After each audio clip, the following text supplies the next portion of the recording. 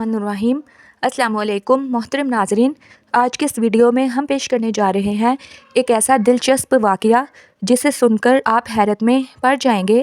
یہ واقعہ ہے سرکار غوث اعظم شیخ عبدالقادر جیلانی رحمۃ اللہ علیہ اور ایک چور کیا جو کہ ابدال بن گیا۔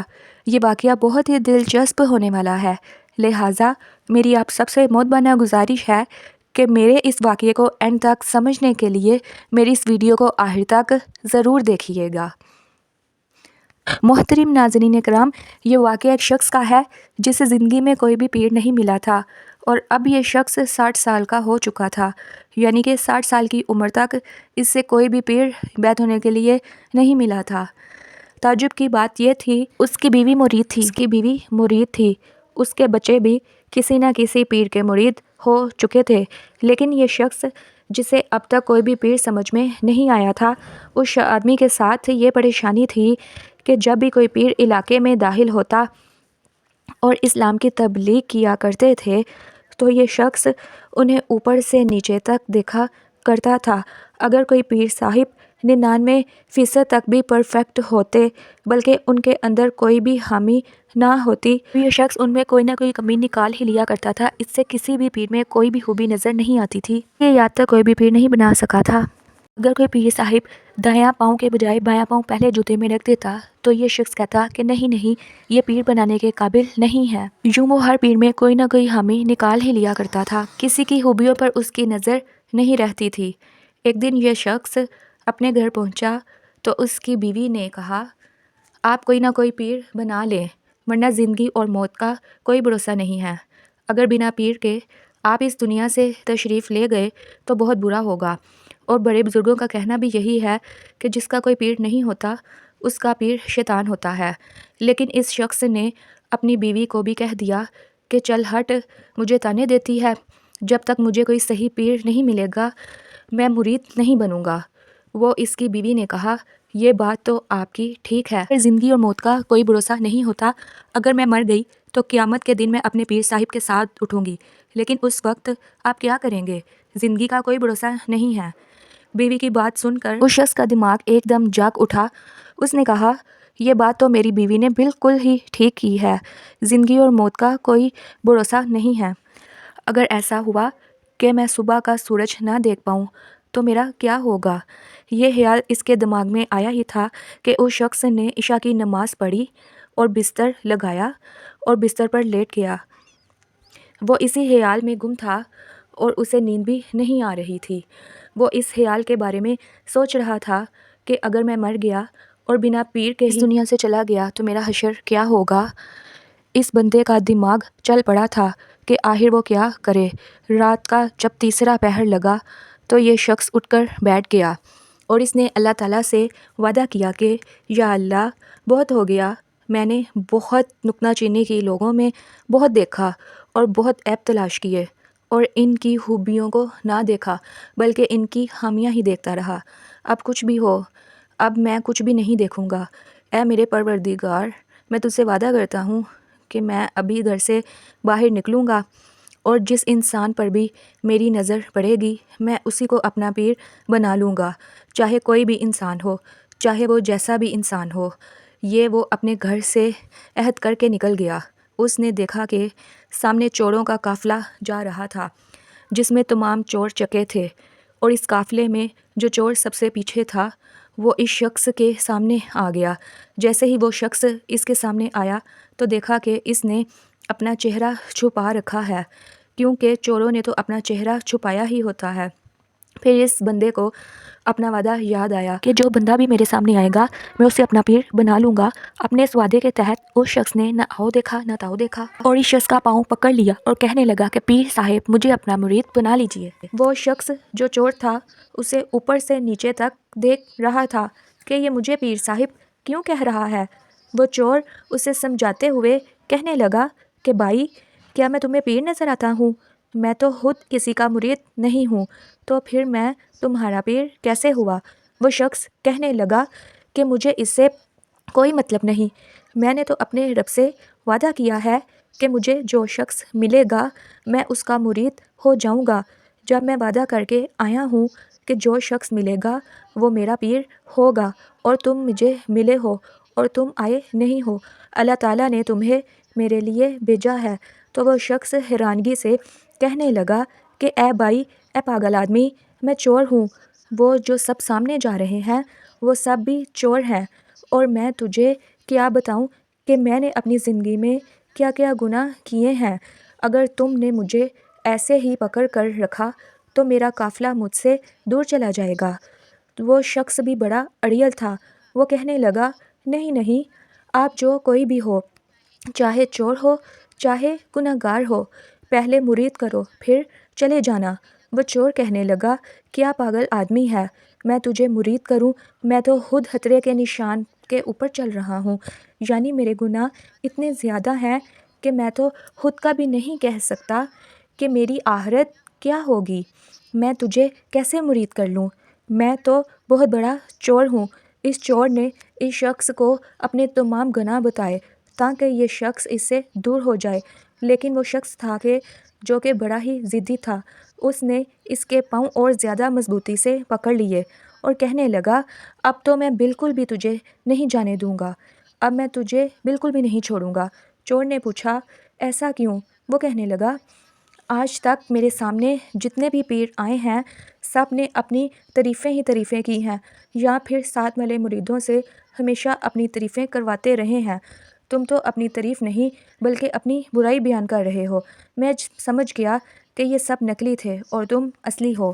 وہ چور دل ہی دل میں سوچنے لگا یا اللہ، یہ کیا ماجرا ہے، میں تو سوچ رہا تھا میں اپنی اتنی برائیاں کروں گا تو یہ میرے سے پیچھا چھڑوا کر چلا جائے گا، لیکن یہ تو الٹا اور زیادہ ضد پر آ گیا ہے۔ اس چور کے دماغ میں اور سوچ آئی، اس شخص سے کہا کہ میں تیرا پیر ہوں اور تو میرا مرید ہے۔ تو وہ شخص کہنے لگا جی حضور، آپ میرے پیر ہیں اور میں آپ کا مرید ہوں۔ تو اس چور نے کہا کہ پیر کا حکم ماننا کتنا ضروری ہے۔ تو وہ شخص ہاتھ جوڑ کر کہنے لگا جی حضور، میں جانتا ہوں کہ آپ جان بھی مانگو گے تو میں آپ کو دے دوں گا۔ تو وہ کہنے لگا نہیں، مجھے جان نہیں چاہیے، بس میرا اتنا حکم ہے، تم مجھے چھوڑ دو۔ تو اس شخص نے ضد میں آ کر کہہ دیا اے میرے پیر، میں تمہیں اپنی گردن دے دوں گا لیکن تمہیں ہرگز نہیں چھوڑوں گا، پہلے آپ مجھے مرید کرو۔ اس چور کو لگا کہ یہ تو بہت ضدی آدمی ہے، کچھ نہ کچھ مجھے کوئی دوسری ترکیب سوچنی پڑے گی۔ تو اس نے اس شخص سے کہا کہ دیکھو سامنے گھر ہے، یہی ہمارا آج کا ٹھکانہ ہے، میرے چور ساتھی تو پتہ نہیں دوسرے گھر میں چلے گئے ہیں، لیکن ہمارا نشانہ اسی گھر میں چوری کرنے کا ہے، سامنے تمہارے جو گھر ہے، ابھی میں تمہارے ساتھ وہاں چلوں گا اور وہاں تمہاری نظروں کے سامنے چوری کروں گا، اس کے بعد تو تم یقین کرو گے نا کہ میں تو واقعی چور ہوں۔ تو وہ شخص کہنے لگا آپ کا جو بھی یقین ہو، پہلے مجھے مرید کریں۔ تو اس چور نے بھی کہہ دیا کہ چلو میرے ساتھ۔ جیسے ہی یہ دونوں اس گھر کے پاس پہنچے تو اس چور کے دل میں خیال آیا، تو اس شخص سے کہنے لگا تم بھلا آدمی نظر آتا ہے، تو اللہ کی تلاش میں نکلا ہوا ہے اور تو مجھ جیسے بد نصیب کے ساتھ پھنسنا چاہتا ہے، میں تو بہت بڑا گناہ گار ہوں، بہت گناہ کیے ہیں میں نے دنیا میں، اور میں ابھی بھی چوری ہی کرنے والا ہوں۔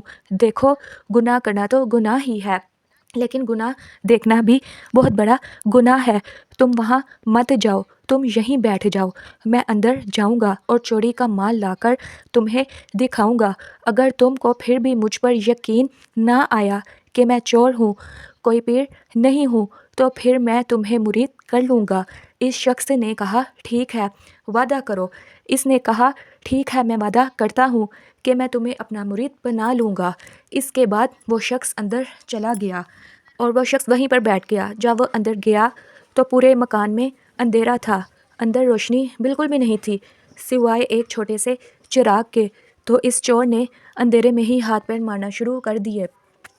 اس چور کو کچھ بھی نظر نہیں آ رہا تھا، اس نے اندھیرے میں ایک طرف ہاتھ مارا تو اسے ایک تسبیح ملی، دوسری طرف ہاتھ مارا تو ایک جائے نماز ملی، اس سے آگے ہاتھ مارا تو ایک لوٹا ملا، اسے نماز پڑھنے کی جگہ بھی ملی۔ اس کے دل میں خیال آیا کہ مکان کا مالک تو بہت ہی صحیح کپڑے پہن کر باہر نکلتے ہیں اور اندر تو ان کے پاس کچھ بھی نہیں ہے۔ بظاہر تو یہ لوگ بڑے امیر نظر آتے ہیں، یہ تو بالکل کنگلے ہیں، ان کے گھر میں تو کچھ بھی نہیں ہے چوری کرنے کے لیے۔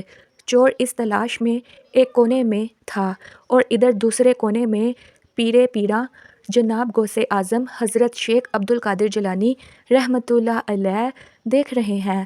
ابھی وہ دیکھ ہی رہے تھے کہ حضرت سیدنا خضر علیہ السلام کی آمد ہوئی۔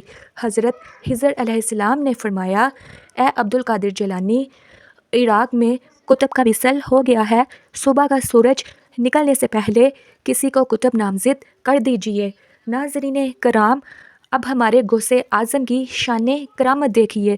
سرکار غوث اعظم رحمۃ اللہ علیہ فرماتے ہیں کہ ادھر ادھر جانے کی ضرورت نہیں ہے، ایک چور ہمارے در پر آیا ہے، بڑی دیر سے وہ ہاتھ پیر مار رہا ہے، اسے اب تک کچھ بھی نہیں ملا، کہیں ایسا نہ ہو کہ بغداد کی گلیوں میں جا کر شور مچائے کہ میں تو عبد القادر جیلانی کے گھر گیا تھا اور مجھے وہاں کچھ بھی نہیں ملا، کہیں یہ میری صحاوت کے تانے نہ دینے لگ جائے۔ اس لیے اے خضر علیہ السلام، میں نے فیصلہ کر لیا ہے کہ اس بندے کو کتبیت دے دی جائے، خواجہ خضر علیہ السلام، اسے ہی کتب بنا دیا جائے، اسے ہی ابدال بنا دیا جائے۔ اب تو شیخ عبد القادر جیلانی رحمۃ اللہ علیہ کا تیر چل چکا تھا، اب اس چور کو بھی پیر مل چکا تھا، اب وہ چور چور نہ رہا تھا، وہ تو ولیوں کی جماعت میں کتب بن چکا تھا۔ پھر اس چور کو سامنے بٹھا کر سرکار غوث اعظم رحمۃ اللہ علیہ نے اس پر نظر کرم فرمائی۔ جب 3 دن اسے ہی گزر گئے تو سرکار غوث اعظم رحمۃ اللہ علیہ نے فرمایا، اے شخص، تجھے اس لیے مرید نہیں کیا، اس لیے ولی نہیں بنایا کہ تم بس بیٹھ کر مجھے ہی دیکھتے رہو، اب سے تمہاری کوئی ذمہ داری بھی ہے۔ یہ شخص گھر کی زمین اب تمہارا انتظار کر رہی ہے۔ اس شخص کو سرکار شیخ عبد القادر جیلانی رحمۃ اللہ علیہ نے خلافت کا درجہ عطا کیا، اپنا خلیفہ بنا کر روانہ کیا۔ وہ مرید صادق ابھی آگے بڑھا ہی تھا کہ اپنے پیر کے حکم کے مطابق کہ غوث اعظم نے فرمایا، اے بیٹے سن تو صحیح، تو بغداد تو جا ہی رہا ہے، لیکن باہر دروازے پر تیرا ایک مرید تیرا انتظار کر رہا ہے، پہلے اس شخص کو مرید کر، پھر اس کے بعد عراق میں جانا۔ سبحان اللہ۔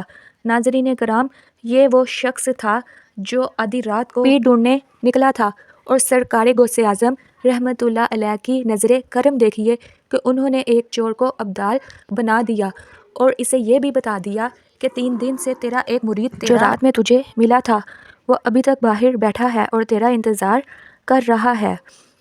تو میرے پیارے دوستو، ہم امید کرتے ہیں کہ آپ کو میری آج کی ویڈیو اچھی لگی ہوگی۔ ویڈیو اچھی لگی ہو تو ویڈیو کو لائک کر دیں اور کمنٹ باکس میں اپنی قیمتی رائے کا اظہار ضرور کیجیے، اور اگر آپ ایسی ہی معلوماتی اسلامک ویڈیوز دیکھنا چاہتے ہیں تو میرے چینل اسلام کی دنیا کو سبسکرائب کیجیے۔ اللہ حافظ۔